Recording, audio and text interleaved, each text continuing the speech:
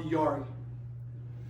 The Yari is one of the traditional weapons of Japanese warfare, maybe one of the first. It's basically a wooden staff that would have an iron, either triangular or some type of blade that was used for stabbing and thrusting. In most cases, it was three-sided blade, and it was sharpened on all three sides. And also at the end here, sometimes there would be an iron ball or a hook where you could hook into the armor and lift up, or you could cut or grab and pull. You know what I mean? So this was either the end was used just as much as the poking end. So both ends of the Yari were used exclusively the same. Obviously, you want to be able to thrust this deep into the body, but just as equally on this side of it, you want to be able to strike, hit, disable a sword, or open up a spot for you to be able to penetrate the blade into it. Just for a note, the Yari would be taken to the battlefield, and if the blade was cut off and you were left with a stick, that's where the birth of rokushakubo, or basically the stick fighting end of it, the 6-foot staff that we train in. But most of the warriors would start off. This was a cheap weapon to make compared to the forging that it took to build a katana. So if you were a foot soldier or an entry-level person, samurai, the Yari was probably the first weapon that you would take into battle. This is going to be based off of movements of Kuki Shinru. Right? So basic Reiho, as always, is going to be here. Negeshimasu. If I'm bowing to a partner, I'm going to have the bow in my right hand and the blade down. I'm going to bow here. Onegaishimasu. With the Yari tip pointing out front. So it's not parallel to my body. It's a little bit out in front. So if I was bowing and I was attacked, this motion was easily done to be able to strike at my opponent to stop him. So I didn't want to have it straight out here. I'd want it out a little bit in front of me. So it was very easy for me to be able to strike with this motion here, right? Another thing with the Yari is that the left hand is generally going to be palm up and the right hand is going to be palm down. A lot of times with Roshakubo or just the Bojutsu, both hands are in the same position. The Yari, the main difference is your left hand is primarily going to be palm up most of the time, okay? And the right hand palmed down. Right? That's going to be a major difference between the Yari and the Rokushakubo. Also, starting with some of the kamaes are going to be very similar to the Roshakubo, but know that the kamaes originally came from the Yari. So the kamaes that are used in Rokushakubo, or just the regular bow fighting or stick fighting, originally came from this weapon. This is the source of all of that. So a lot of the kamaes are going to be the same, so I'm not going to spend a lot of time on them, but I do want to show you some of the differences with them. All right? Kamae section. This is kamae number 1. Seigan no kamae. Again, left hand, palm up. I'm going to be able to put this back here on my hip, and the tip into his eyes, and my body down into the Ichimonji stance here. This is going to be Seigan no kamae. Having this tip pointed towards my opponent's eyes, moving around here.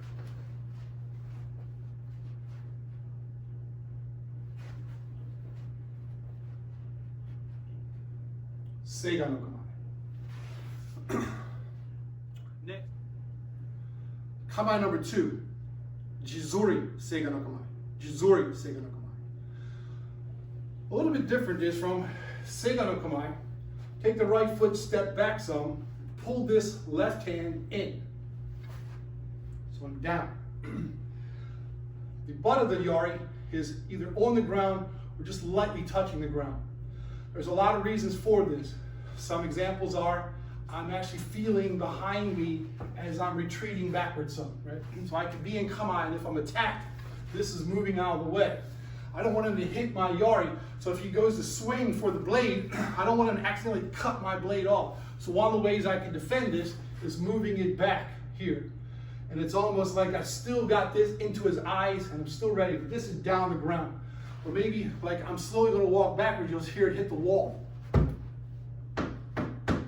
That's gonna let me know where the wall is. So The rear end of it can be almost like I'm feeling, like almost like a blind person. I'm feeling with the stick behind me. One aspect of it. Another way is I can actually put this down into the ground so if something can get impaled on this, holding it down. Like if I had a 50 or 60 men and we all went back to this position and dug the tips into the ground and we just kind of stood here, or maybe a charging horse would come on. This is one aspect of this kamae as well. So I'm moving away from my opponent hitting the blade, using this back on the ground, and then also having it, third, lastly, very small amount, is almost like an impaling where I'm driving it down to the ground to make it very sturdy, where I'm building a wall of people kind of holding my ground. That kind of feeling there, right? So, Seigan no kamae. And then take a small step back, bring this down here. Jizori Seigan no kamae. Seigan, Jizori.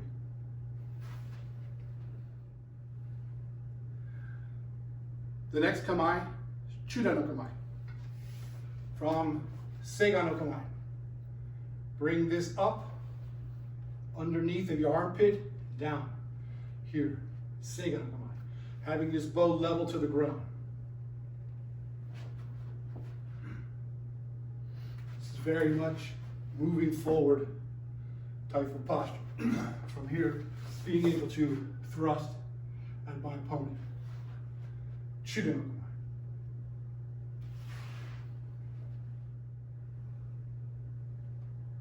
Next, Joda no kamae. From Seigan no kamae. Rotating this above my head. Chuda no kamae. Rotating this above my head. Again, palm up on the left side. Joda no kamae.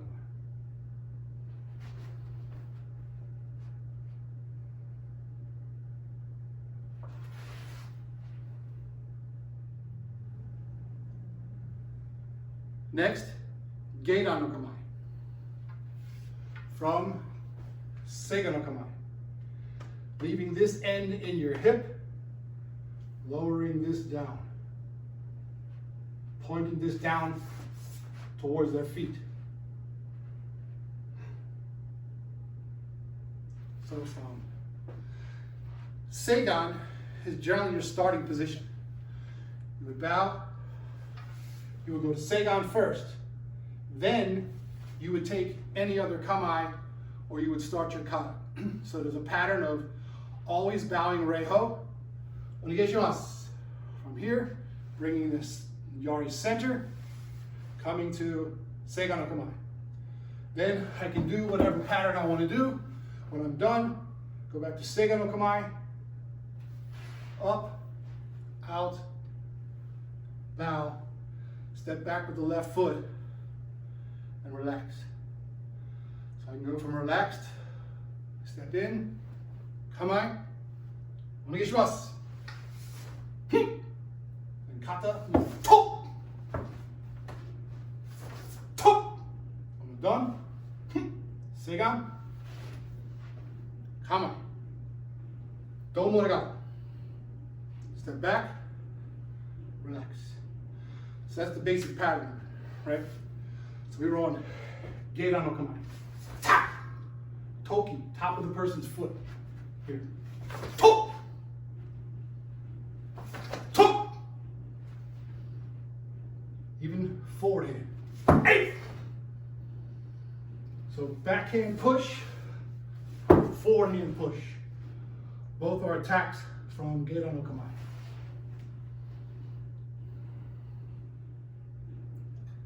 Next, Hira no kamae. Left hand is always palm up, right hand is palm down. Like Hiriichimonji no kamae, or Hira no kamae, I want to have 3 balanced sections here, right? So I don't want to be like this. They don't necessarily need to be the exact space, but it needs to be relatively balanced. I don't want my hands too close or too wide apart. So a little bit shoulder width, palm up. Hiro no kamae. Same thing of the feeling of not letting anyone get past me, protecting something very important behind me, having my energy go out and around and enveloping your opponent. From this posture, being able to stop people from moving forward. Here. So that's the feeling of Hiro no kamae.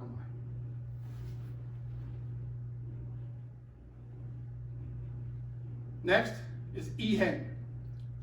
Like Roshakubo, from Jodan no kamae, Ihan is going to be off and slightly lower, more of a taunting.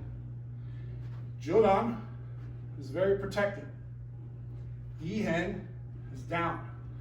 Ihan is moving. Ihan's a transitional position. I'm here.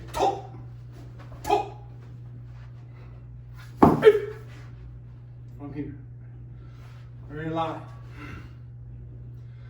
When I get into Jodan no kamae, normally the opponent knows that I'm well defended. And he's going to try to counter to the left or counter to the right. He may taunt, he may fake, but I'm well protected, I'm well guarded. So from that position, being guarded is very good. But since my opponent has no open, obvious attack, he's going to try to get one. He's going to try to earn one. He's going to try to work for one. And as he does that, he becomes unreliable because I don't know what he's going to do. So if I need to stop his movement, Jodan's a very good kamae. Stop their movement. By stopping them, you're taking control for that 1 second. Now, I need to keep control. Moving to Ihan no kamae now gives him an opportunity to attack my head, to attack certain parts of my upper body. From Ihan, I can prepare for that. I can be just as prepared for Jodan. I don't want to say that Jodan's a weak kamae if someone's attacked. It's a very, very strong kamae. So strong, it may limit your opponent's ability to attack. Therefore, it becomes very, very, very unreliable, and you don't know what he's going to do. With Ihan, I can start to control his movements. I can start to control his moves left and right, and I can start to control his attitude forward and backwards, and I can start to see exactly what he's thinking about doing. That gives me the advantage because I'm starting to predict my opponent's movements by giving him openings. They're not really weaknesses, they're just perceived openings. Like here, my head, my center line is very well protected. Here, even though my blade is here, this side is now more open. The head is more open. Even coming into this side of my body is open because he's going away from the blade. So when he comes to this side or this side, I have attacks prepared when training with Kokushinryu with these kamae. So from Ihan, I'm manipulating him to move in a certain way to attack a certain spot. This is like stop. This is like, okay, let's fight. Right? So difference in attitude between Jodan and Ihan. Next, Tenshi no kamae. Big weapon, I'm inside the house, so I'm going to be a little bit careful. You see I barely have room. But here is Tenshi no kamae. Right? I want to have my left arm pretty much horizontal to the ground. This is in tight along the weapon. This is about one fist or right around my elbow. The bow is in line with my side of my head. This is allowing me to be open. This is here. So when I move with my kamae, I want to have this bow next to my head, not back here. Right? So from Seiga no kamae, this hand comes up, this comes down. Tenshi no kamae. Here, up, down. Come. Damn it.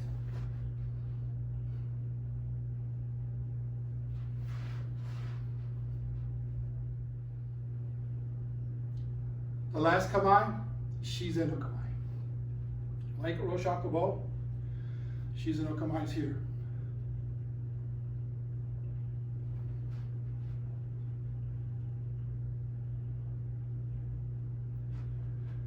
This can be a reiho or bowing position, but it can also be a kamae. lot of times this is thrown, slammed down. Use the back end. You know, stepping front end down. So from Shizen, you can do a lot of postures, a lot of attacks.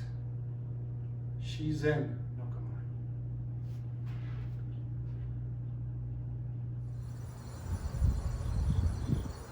Here are some Kihon for the Yari.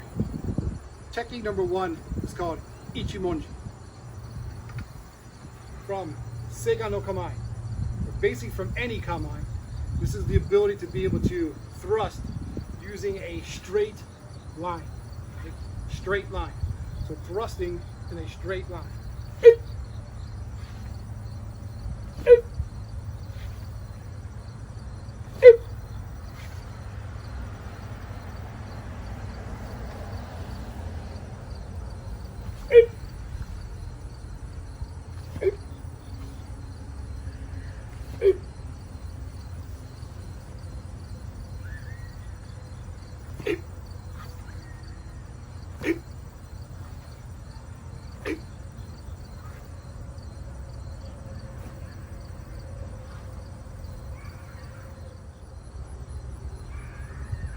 Next, number 2, it's called Kikusui.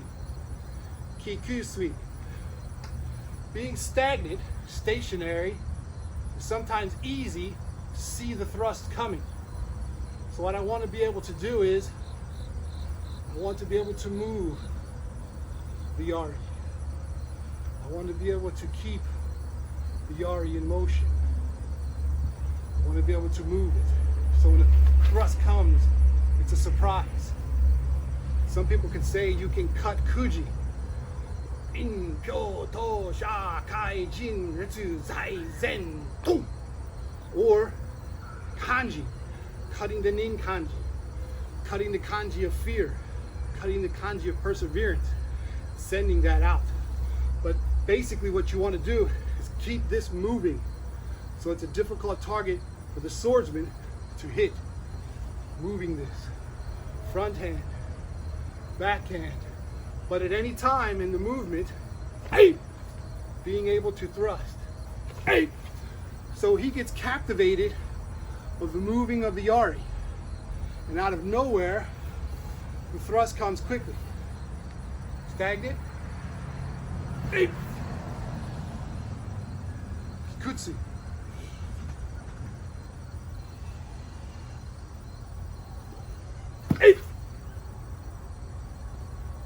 That's the difference between the two.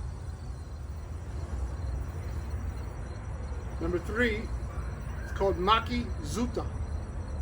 Maki Zuta is using the length of the Yari to try to deceive how far or close you are to your opponent.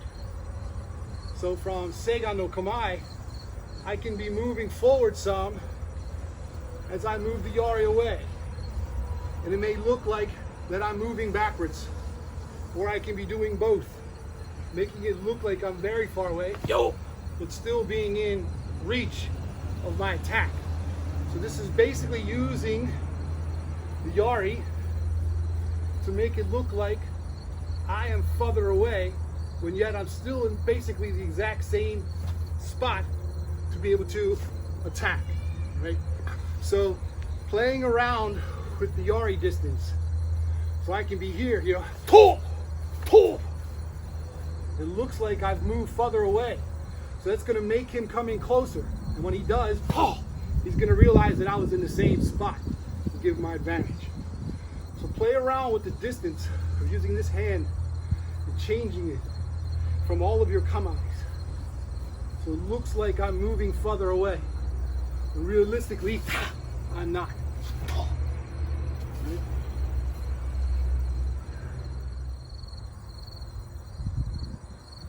The next principle is called Hiru.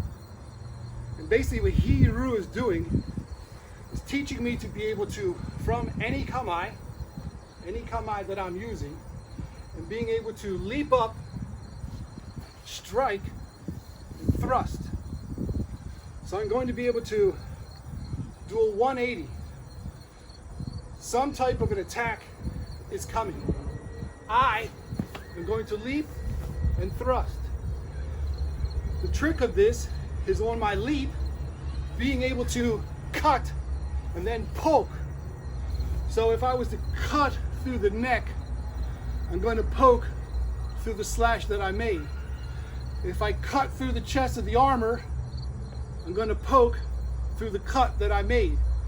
So part one is learning how to cut and then poke through that same exact spot. It takes a lot of skill to cut, poke into the same spot. Here, cut, poke, same spot. Cut, poke, same spot. But that is a Kihon for the Yari.